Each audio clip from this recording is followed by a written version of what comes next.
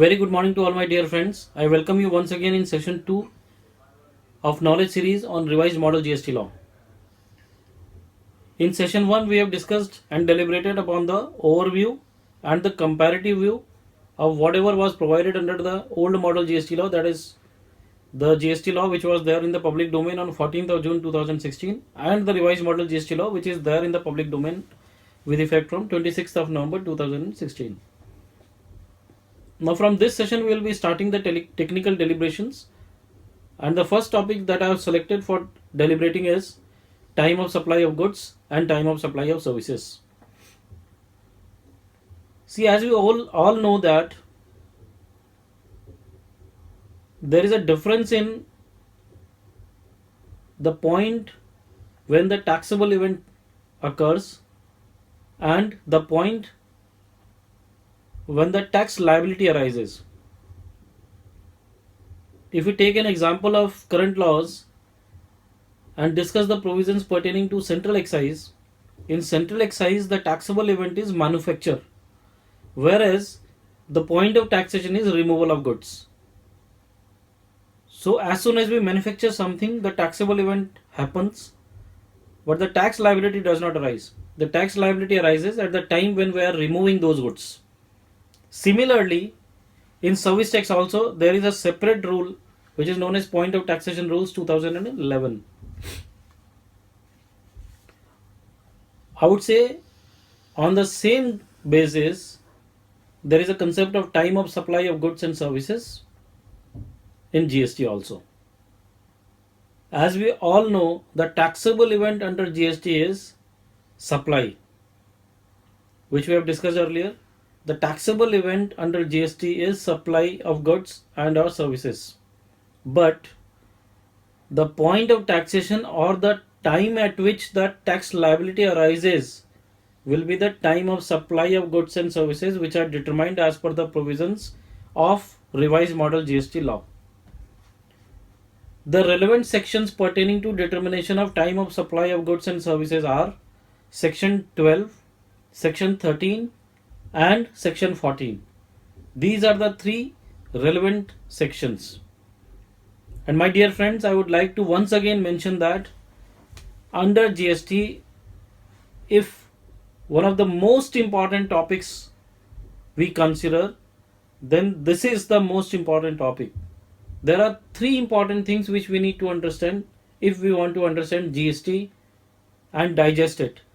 First is supply, second is time of supply of goods and services, and third is place of supply.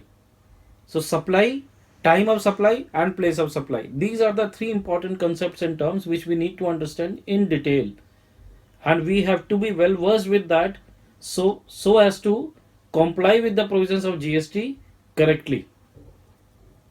Moving further to the technical part, section 12, which is running into 5 subsections, speaks about the time of supply of goods.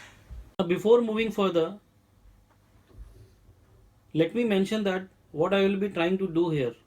In this particular session, we will be discussing the provisions pertaining to section 12, and along with that, whatever relevant sections are there, whether it is a definition or whether it is pertaining to some other procedural aspect, we will be touching upon all those provisions so that we can understand the provision of section 12 in much better manner. So moving directly to the technical part and the provisions of section 12, subsection 1 of section 12 provides that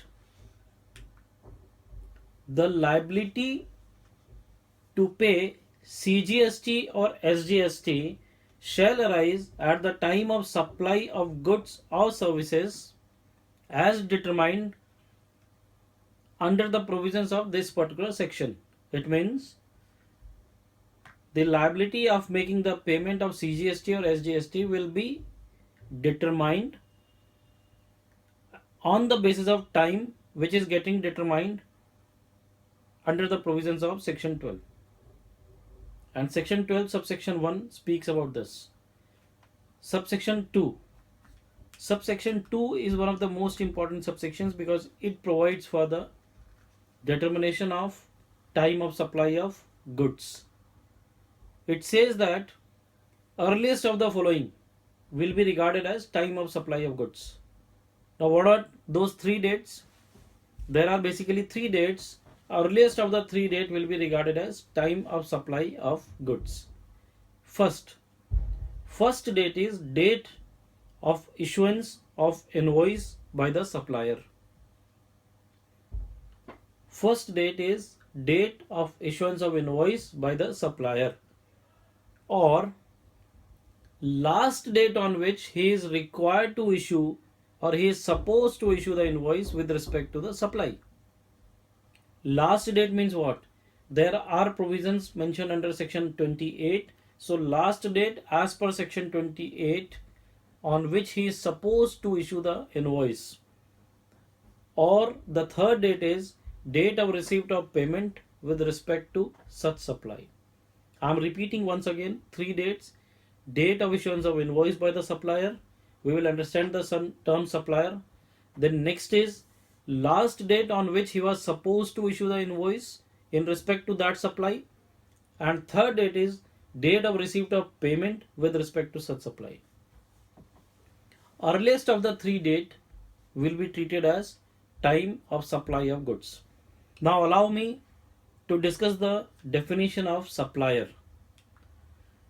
As per clause 94 of section 2 of the CGST SGST model law, the term supplier has been defined as in relation to any goods and or services shall be the person supplying such goods and or services and shall include an agent.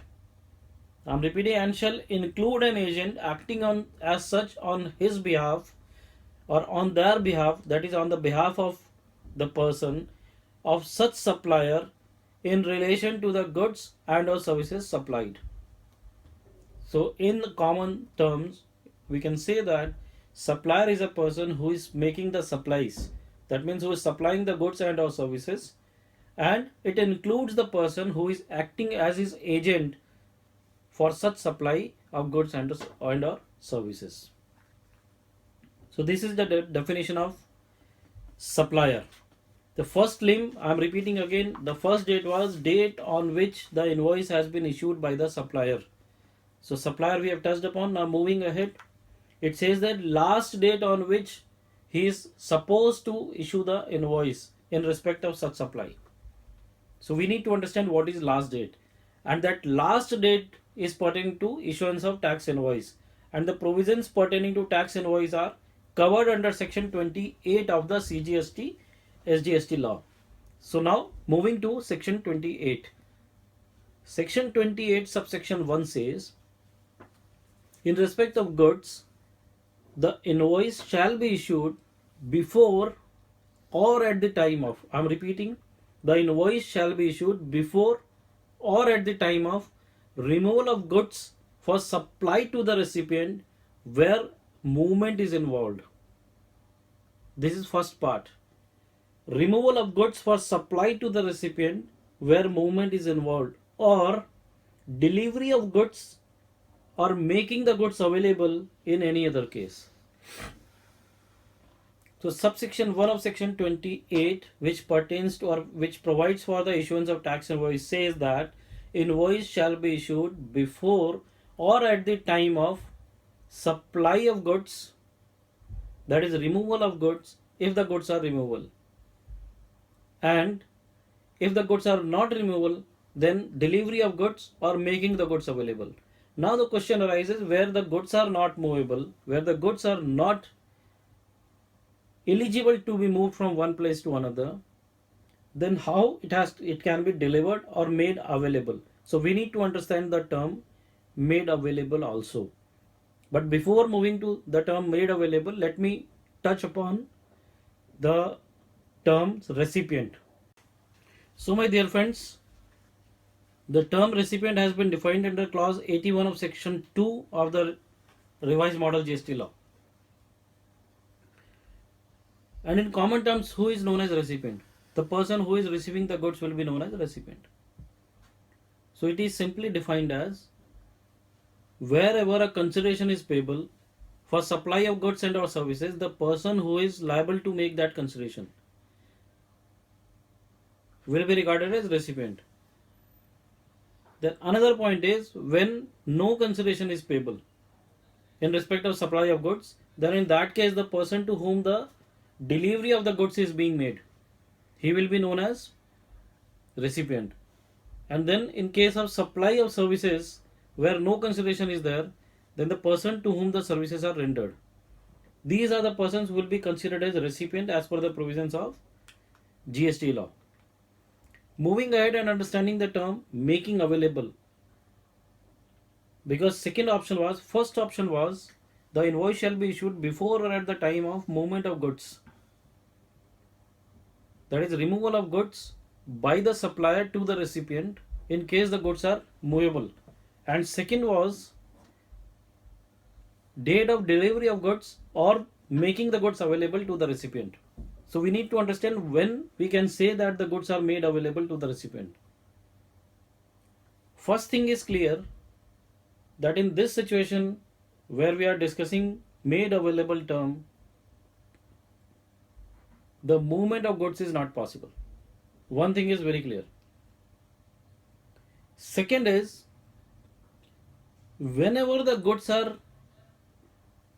placed for the disposal of the recipient, we can say that the goods are made available. Let us take an example. A person has been entering into a contract or is entering into a contract of erecting and commissioning a machinery. Now he is assembling various parts and he is creating a machinery which is embedded in the earth. It cannot be moved. So as soon as that machinery is ready and he is giving the possession of that machinery or the ownership of that machinery, or the machinery is given to the recipient for his disposal, it can be said that it is made available to the recipient. Second example can be erection of a lift, assembly of a lift, or installation of a lift. If any building of 12 floors or 20 floors or 40 floors is getting a lift erected, and as soon as the lift is getting erected and the person who has done the erection work is handing over that lift to the society, it can be said that the lift is made available to the recipient. So I believe that the term made available is quite clear now. So let me touch upon the provisions that we have dealt with up till now for remembrance also and for revision also. दोस्तों हमने start किया था section 12 subsection 1 से, जो ऐसा बोलता था कि लायबिलिटी टू पे सीजीएसटी और SGST shall arise at the time of supply of goods और services determined under the provisions of this section. और फिर हमने डिस्कस किया सबसेक्शन 2 ऑफ सेक्शन 12, जिसमें 3 डेट्स थी. पहली डेट थी date of issuance of invoice by the supplier. दूसरी डेट थी last date on which the invoice is suppose to be issued in respect of such supply. और third date थी date of received of payment. Earliest of the 3 date, इन तीनों में से जो सबसे पहले आएगी दिन, सबसे पहले जो डेट आएगी वो time of supply of goods होगा. अब यहाँ पे क्या क्या चीजें ध्यान रखनी है. पहला डेट अगर देखें, date of issuance of invoice by the supplier. The supplier हमने डिस्कस किया कि सप्लायर कौन होगा, जो बंदा गुड्स और सर्विसेज को सप्लाई कर रहा है including his agent, that will be regarded as supply for the purpose of GST. Moving further, दूसरा कंडीशन क्या था, last date on which invoice was suppose to be issued by the supplier in respect of supply. तो last date को determine करने के लिए we have started discussing the provisions of section 28.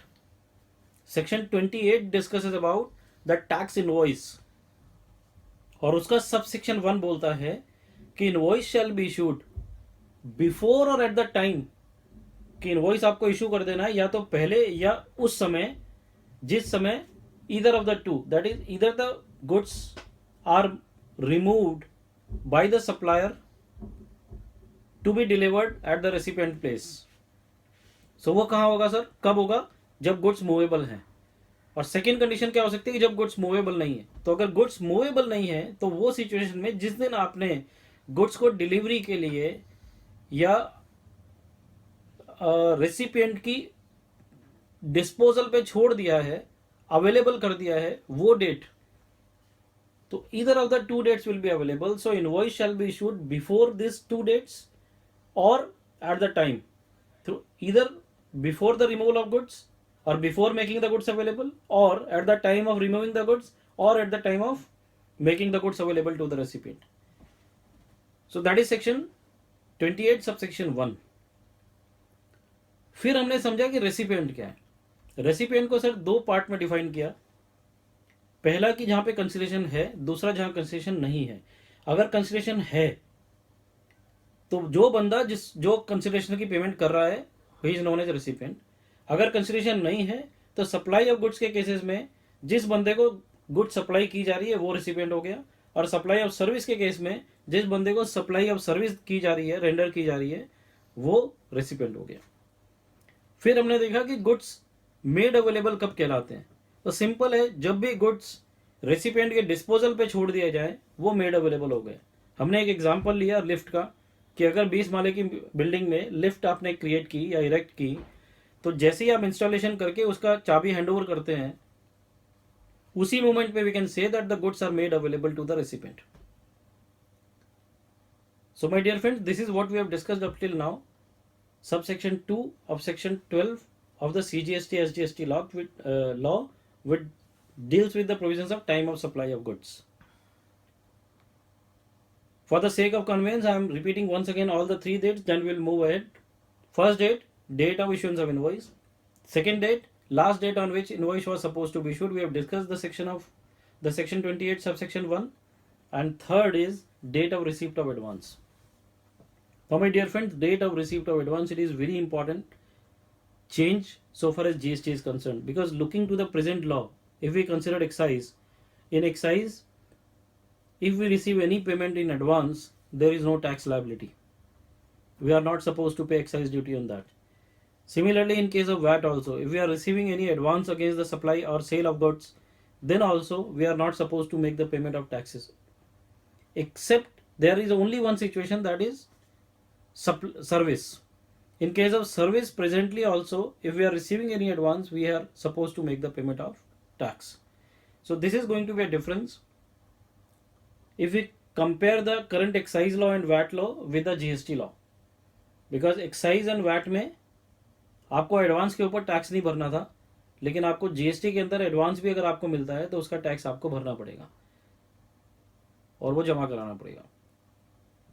अब question ये राइज होता है कि अगर आपने एडवांस में आपको मिला पैसा और वो आपने एडवांस टैक्स उस पर कैलकुलेट करके भर भी दिया, तो क्या सामने वाले को उसका क्रेडिट मिलेगा? So since this is not the topic of the day, I am not going to discuss about that, but this is a valid question.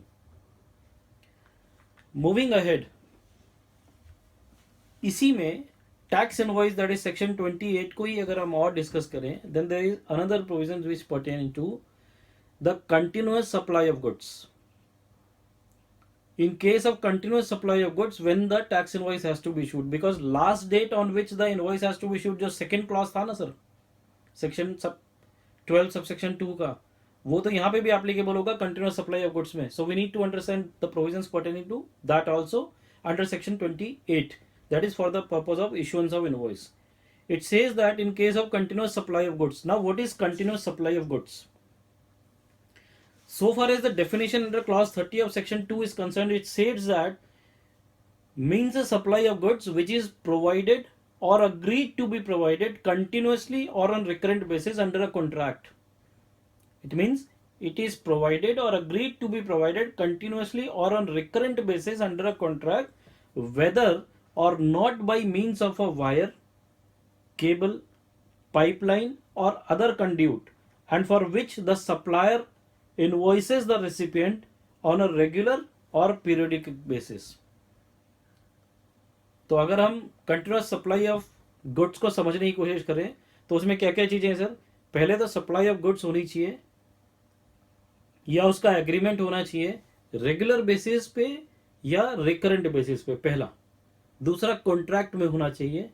तीसरा वो वायर, केबल, पाइपलाइन और अदर कंड्यूट के माध्यम से सप्लाई होना चाहिए या नहीं होना चाहिए, कोई दूसरे मोड से भी होगा तो भी चलेगा, एंड फॉर विच जो सप्लायर है वो कंटिन्यूसली या after a periodical interval he need to issue a invoice. If these conditions are satisfied, it will be considered as continuous supply of goods. And the best example which comes to my mind as of now is supply of water.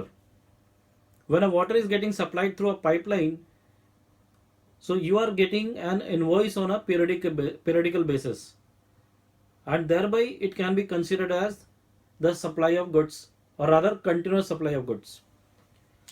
Now let us move towards the provisions of section 28 subsection 4, which provides for issuance of invoice in case of continuous supply of goods. It says that where successive statement of account or payments are involved, successive statement of account or payments are involved, then invoice shall be issued before or at the time of issuance of each such statement or at the time of receipt of each such payment. तो my dear friends, जहां पे भी successive statement of accounts या payments involve है, वहां पे हर successive statement या हर सक्सेसिव पेमेंट वो डेट इनवॉइस की डेट होगी. It has to be issued before और at the time of issuance of each such statement or receipt of each such payment. I believe it is clear. Let me repeat once again. In case of continuous supply of goods, the invoice shall be issued before or at the time of issuance of each statement of account or at the time of receipt of each successive payments. You need to issue the invoice, and that will become the last date on which invoice is to be issued. Now coming back to subsection 12, subsection 2 of section 12. You might all recollect clause 2. पहली date थी date of issuance of invoice, दूसरी date थी last date on which invoice has to be issued. And to understand the last date we are discussing the provisions of section 28. Are you able to correlate? Subsection 1 of section 28 normal provisions में क्या बोलता था कि before और at the time of removal of goods if it is removal, और when made available if it is not removable. Subsection 4 क्या बोलता था? Continuous supply of goods. अगर सक्सेसिव स्टेटमेंट या सक्सेसिव पेमेंट्स का क्लॉज है कॉन्ट्रैक्ट में, तो हर बार जितनी बार आप सक्सेसिव स्टेटमेंट इशू कर रहे हैं उतनी बार टाइम ऑफ सप्लाई हो जाएगा, या sorry date of issuance of invoice आ जाएगा, आपको इनवॉइस इशू करना है. या फिर जितनी बार आपको पेमेंट मिल रही है उसके पहले आपको इनवॉइस इशू करना है, या उस टाइम पे आपको इनवॉइस इशू करना है. सक्सेसिव स्टेटमेंट का क्लॉज अगर कंटिन्यूस सप्लाई ऑफ गुड्स के केस में नहीं है तो उसका क्या करना है? It is not mention in the provisions of subsection 4 of section 28. Now moving ahead, there is another very important thing which says that if the goods are sent on approval, अगर goods को approval पे भेजा तो क्या करेंगे? So the provisions are there under subsection 8 of section 28, and it says that where the goods are removed before it is known whether the supply will take place. जहां पे भी गुड्स रिमूव हो गए हैं और आपको ये पता नहीं है कि सप्लाई होगा या नहीं होगा, उस सिचुएशन में invoice shall be issued at the earliest of the following. अब यहां पे भी दो डेट्स हैं सर, दो डेट में जो अर्लीस्ट डेट होगी तब तक आपको इनवॉइस इशू कर देना है. Which are those two dates? First date is 6 months from the date of removal, यानी आपने आज अगर रिमूव किया तो आज से 6 महीने के अंदर अंदर, ठीक है, 6 months from the date of removal. तो जैसे ही 6 महीने खत्म होंगे उसके इमीडिएट बाद आपको इनवॉइस इशू कर देना है. सेकेंड डेट होगी before at the time when it is becoming known to the supplier that the supply has taken place. Now let me put this with an example. आपने suppose you have gone to a jeweller shop and you have taken 4 jewellery articles from him to get the approval. Now you have taken that, let's say 1st of July. So in this situation the invoice shall be issued earliest of the two dates. First date is at the end of 6 months from the date of removal. Now you have removed it on 1st July, तो उससे 6 महीना कब खत्म होगा? 31 दिसंबर को. तो first अगर 31 दिसंबर तक अगर आपने अप्रूवल नहीं दिया या कंफर्मेशन नहीं दिया तो 1 जनवरी को आपका इनवॉइस इशू हो जाएगा. और सेकेंड डेट क्या है, जिस दिन आपको पता चले कि आपका सप्लाई हो चुका है, यानी I have accepted it. As soon as I will inform that I have accepted all those four or one of those four or two of those four and return the balance, then as soon as you are getting aware that the supply has taken place, you will have to issue the invoice. तो earliest of the two date, अगर 1 जनवरी तक नहीं आता तो 1 जनवरी, और अगर उसके पहले सपोज मैंने 25 सितंबर को अप्रूवल दे दिया तो 25 सितंबर. That will be the date of issuance of invoice in case of goods sent on return और removal basis. So now my dear friends, let us touch upon once again provisions of subsection 2 of section 12. There were 3 dates: date of issuance of invoice by the supplier, last date on which the invoice was supposed to be issued. We have taken 3 cases. A normal situation wherein before or at the time of removal of goods, if the goods are removable, or in case the goods are not removable, then the date on which the goods are made available to the recipient. We have discussed upon the issuance of tax invoice in case of continuous supply of goods, that is at the time or before the time of issuance of each successive statement of account or each receipt of payment. Then we have discussed upon the goods sent on approval. In that situation, earliest of the 2 dates, 6 months from the date of removal of the goods sent on approval or returnable basis, or the date on which the supplier becomes aware that the supply has taken place. These were the dates which are considered to be last date on which the invoice is to be issued for the purpose of clause B of section 12 subsection 2. Now third date was date of receipt of advance, that is date of receipt of payment in respect of such supply. So earliest of the 3 dates will be treated as time of supply of goods, and there is a proviso which says that if the excess amount is received to the tune of 1000 rupees, then the time of supply will be at the option of supplier. It means that the receipt date shall not or may not be taken as the time of supply of goods by the supplier. Let me take an example. You have supplied something worth rupees 10,400 rupees and you have received a payment of 11,000. So we have received 600 rupees extra. So as per the normal provisions of time of supply of goods, earliest of the 3 date. So in this case, date of receipt of payment, that is 600 rupees extra you are receiving, that date on which you are receiving will be treated as time of supply of goods. So there has been an exception to this which says that up to the extent of 1000 rupees, the supplier has an option that he can defer that time of supply, and at the time when he will be finally issuing or supplying the goods, at that point of time it will be regarded as the time of supply of goods for the purpose of taxation. So ये case में क्या होगा कि जिस वक्त आपको 11,000 रुपये मिल रहे हैं, 600 रुपये आपको एक्स्ट्रा मिल रहे हैं, उस वक्त आपको टैक्स नहीं भरना, ये आपके पास ऑप्शन है, आप इसको डिफर कर सकते हैं. और दूसरा एग्जांपल अगर मैं लेता हूँ तो 10,400 रुपीज़ का आपने गुड सप्लाई किया और आपको 15,000 मिल जाते हैं, तो you have receiving 4,600 extra, so it crosses 1,000 rupees, तो ये एक्सेप्शन में फॉल नहीं करेगा. And on the excess of 4,600 you will have to pay the tax, or the time of supply of goods will arise at the time when you have received that 4,600 rupees. I believe it's clear now. Now moving ahead to subsection 3 of section 12. It provides for the reverse charge. What is to be treated as time of supply of goods, or how the time of supply of goods will be determined in situation of reverse charge. So this is something which we need to understand, that up till now, the concept of reverse charge was prevailing in the service tax law. But in GST, there is a situation wherein the reverse charge will be made applicable even in case of supply of goods. And clause 87 of section 2 defines reverse charge. It says that liability to pay tax by recipient of supply of goods and or services instead of the supplier of such goods or services in respect of such category of supplies as notified under subsection 3 of section 8. So there will be a notification which will say that these are the goods or these are the services on which the reverse charge has to be made applicable. And what is reverse charge? What is forward charge? Let us understand that. If I am a supplier, what I will be doing is I will make a supply to you worth 10,000 rupees. Let us take an example wherein the tax rate is 15%. What I will do, I will raise an invoice 10,000 plus 15% tax. I will collect that 15% and pay that. This is forward charge. Then what is reverse charge?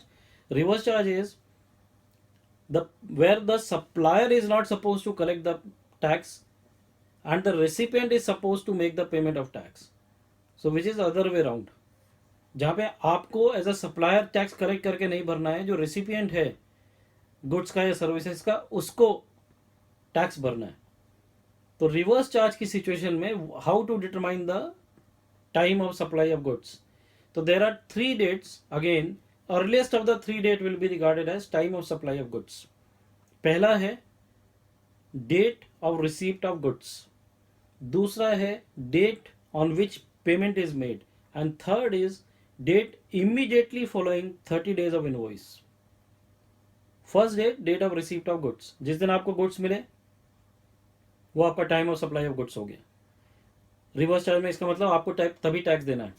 दूसरा, आपको goods नहीं मिले लेकिन आपने payment कर दिया, तो payment जैसे ही कर दिया आपको टैक्स भी तभी भरना है. Time of supply of goods हो गया, अर्लीस्ट ऑफ द 3.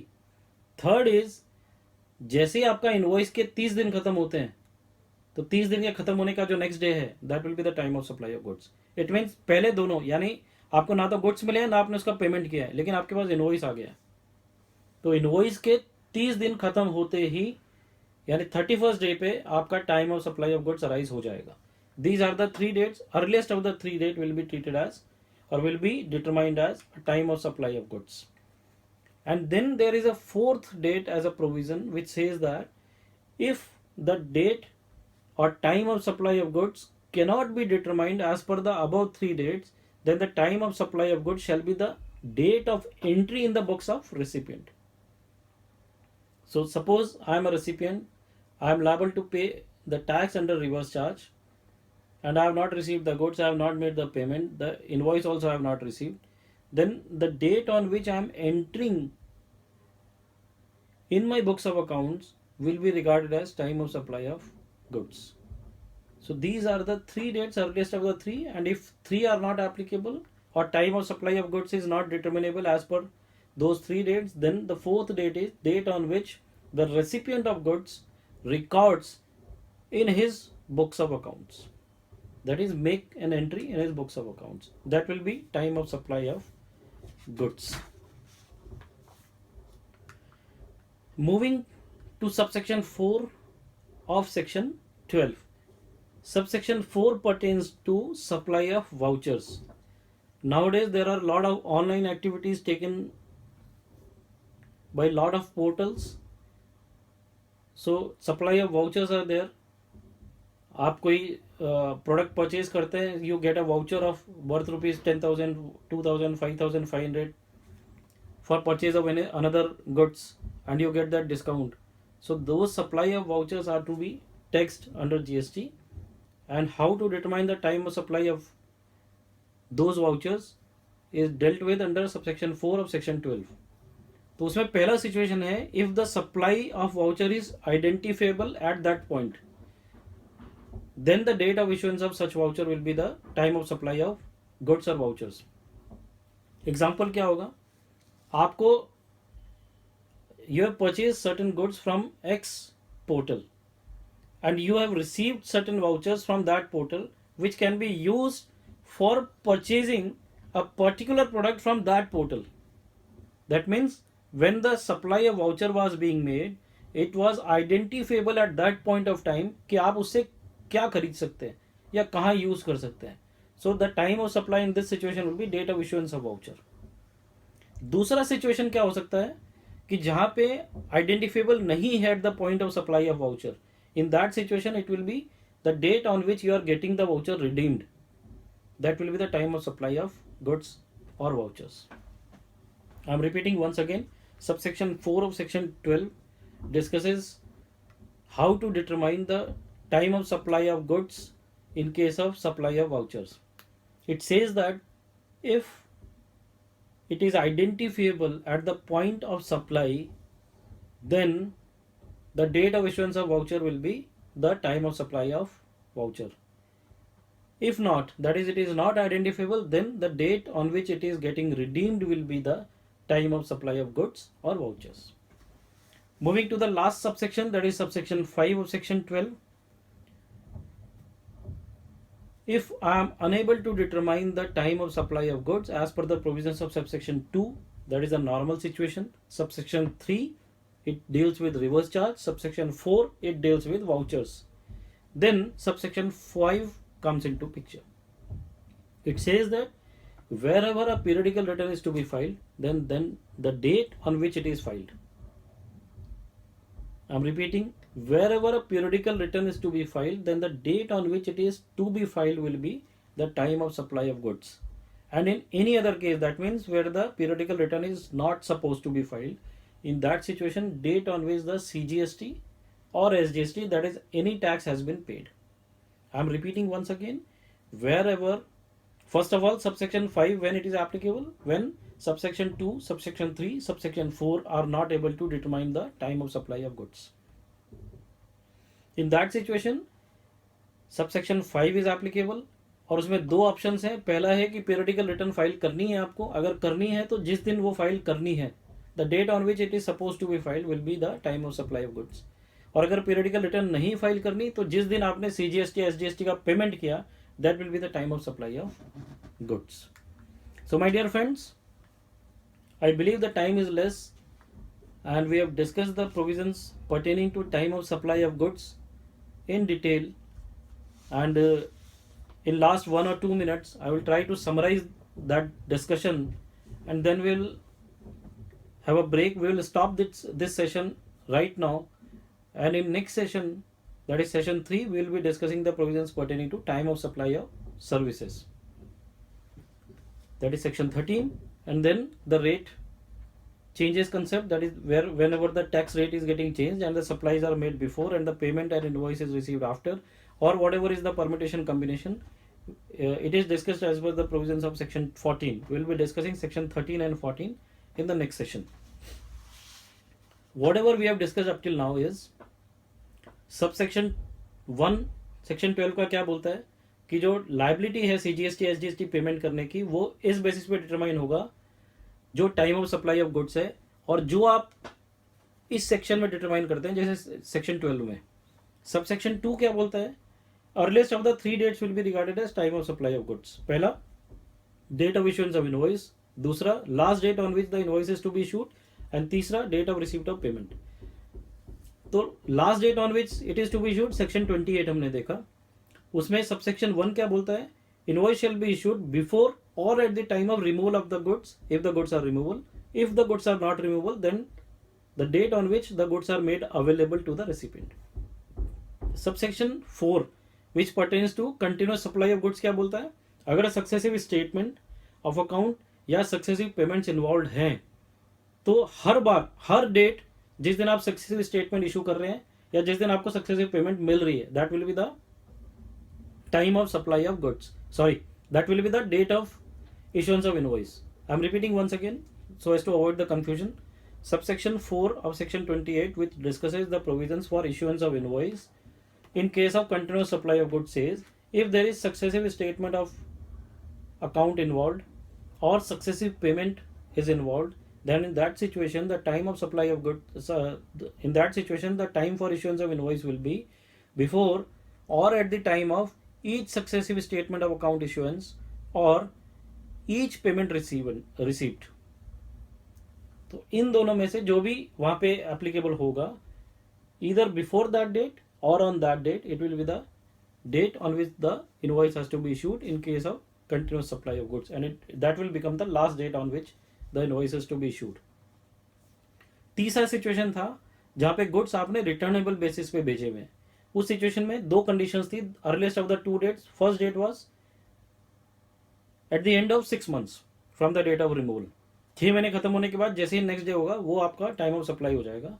और अगर पहले उसके आपको अप्रूवल मिल जाता है, it means the date on which the supplier comes to know that the goods are approved, that means the supply has taken place, then that date, earliest of the 2 date will be regarded as time of supply of goods sorry, earliest of the two date will be regarded as the date on which the invoice has to be issued in those cases where the goods sent on approval basis or returnable basis. So that will be the last date on which the invoice has to be issued. So this was second date. Coming back to subsection 2 of section 12, this was second date.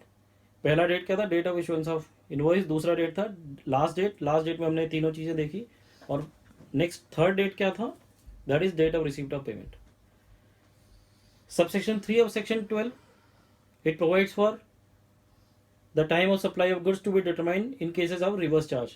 तीन dates दी थी, तीनों में से जो earliest date रहेगी that will be the time of supply of goods. First date, date of receipt of goods. Second date, date on which payment is made. Third date, date immediately after the 30 days from invoice. इन तीनों में से जो भी earliest होगी that will be the time of supply of goods in case of reverse charge. अगर ये तीनों में आप डिटरमाइन नहीं कर सकते then the fourth condition was there, fourth date was there, date on which it is recorded in the books of accounts of the recipient. That will be the time of supply of goods.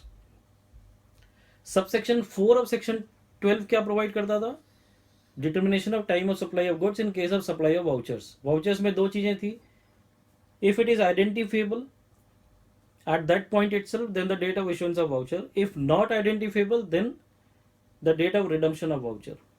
And last, that is subsection 5 of section 12 क्या था कि if subsection 2, subsection 3 and subsection 4 are not able to determine the time of supply of goods then subsection 5 is applicable. उसमें दो situations थी. पहली जहाँ पे periodical return file करनी है, अगर करनी है then the date on which the periodical return is to be filed. If not then the date on which CGST or SGST payment is made. So these are subsection 5 subsections as per section 12 according to which we can determine the time of supply of goods. And as we discussed, my dear friends, determination of time of supply of goods or services are very important for proper execution and compliance of GST. With this, I would stop here and conclude this session, and we will be deliberating on time of supply of services and section 14, that is change in rate of tax, in the next session. And I once again would like to thank each one of you for giving me this opportunity and pushing me hard to come out with further videos and recordings and my lectures pertaining to the revised model GST law. Thank you very much.